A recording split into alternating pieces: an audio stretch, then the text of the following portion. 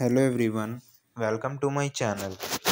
आज के वीडियो में हम जानेंगे बेल्च का हिंदी और इंग्लिश मीनिंग या अर्थ क्या होता है। बेल्च, इसका हिंदी अर्थ है डकार।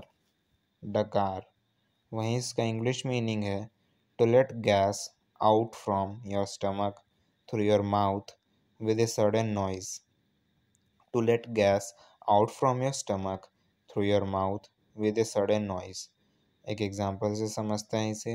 Example, he drank and stifled a belch.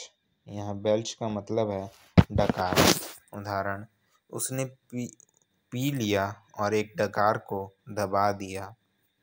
इसी के साथ आज के वीडियो में इतना ही। Thank you so much for watching my videos.